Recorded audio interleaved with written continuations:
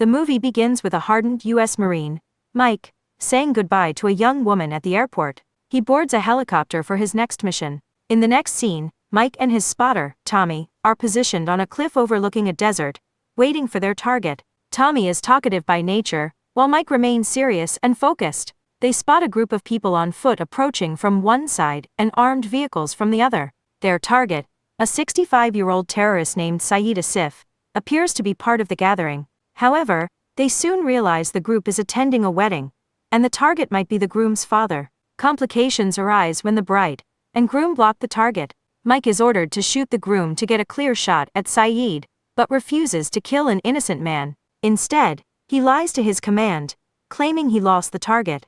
The team is soon spotted by armed men guarding the ceremony. Gunfire erupts, and Mike and Tommy are forced to retreat. Their GPS is damaged as they evade their pursuers, eventually hiding behind a rock formation. Mike cleverly distracts the armed men, sending them in the wrong direction. When they request evacuation, they are told they must cross the desert on foot to reach a village 5 hours away. As they begin their trek, they endure sandstorms and blistering heat. Tommy entertains and annoys Mike with stories about his son back home. When Mike appears troubled, Tommy presses him to open up. Mike admits he's struggling to propose to his girlfriend Jenny. Tommy jokes about his fear, but offers reassurance, saying marriage is tough at first, but gets easier with time.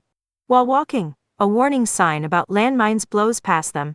Mike becomes cautious, recalling the millions of mines buried in the desert over decades. Tommy dismisses it as a trick to scare enemies. As Tommy walks ahead, joking about Mike's cautious nature, a sudden explosion occurs. Tommy has stepped on a mine. Mike, shocked, takes a step toward him, and hears a click beneath his foot. He has stepped on one too. The explosion has left Tommy alive, but with his legs blown off. He screams in pain, and Mike tries to calm him. Mike mentions Tommy's son, giving him the strength to inject himself with morphine. Tommy, in immense pain, tries to reach for his radio but can't. Mike offers to risk stepping off his mine to help, speculating it might be defunct. Tommy, fearing for Mike's life, points his gun at himself and insists Mike must survive. He then takes his own life. Grief-stricken, Mike is left alone, unable to move. He ties a shoelace to an axe to pull Tommy's radio toward him, only to discover its battery is dead. The spare battery is on Tommy's body, just out of reach. Mike ingeniously sets up a makeshift solar charger to power the radio and contacts his superiors. However, they inform him that rescue choppers cannot fly due to sandstorms, and a convoy will arrive in 52 hours. Mike, frustrated, decides to wait it out. A severe sandstorm hits, but when it clears, Tommy's body has been blown closer, bringing the spare battery within reach. Yet, the radio itself has drifted farther away. Dehydrated and desperate, Mike nearly loses hope, but notices a Berber man walking toward him in a zigzag pattern. The man refuses to fetch the radio and cryptically tells Mike to move forward. He takes Mike's water flask and disappears. Later, a Berber girl returns the flask, now filled with water. Using her toy soldiers, she silently encourages Mike to move forward,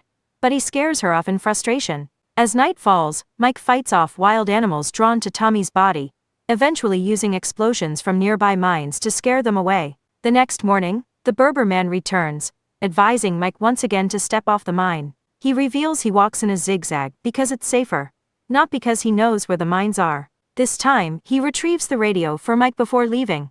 Mike holds on, hallucinating conversations with Tommy and Jenny, who inspires him to keep going. As another night descends, Mike battles a final wave of wild animals. Despite overwhelming odds, he survives. After 45 grueling hours, Mike receives word that rescue is delayed by 17 more hours. Feeling defeated, he hears Jenny's voice on the radio. He apologizes to her, lamenting his mistakes. The Berber man returns and shares his story of losing his leg to a mine and later losing his daughter during one of their missions to replace mines with tin cans. He tells Mike to keep moving forward in life. When terrorists reappear and attack, Mike uses his sniper rifle to trigger mine explosions, creating a sand screen that allows him to eliminate his enemies. Remembering the Berber's words, Mike finally takes a step forward, discovering the mine was just a tin can. Overwhelmed with relief, he fires his flare and collapses as the rescue team arrives. Back home, Jenny waits for him at the airport. Before hugging her, Mike drops to one knee and proposes, promising never to leave her again. Together, they move forward, one step at a time. Thank you very much for watching. Subscribe to the channel if you haven't, See you in the next video. Bye!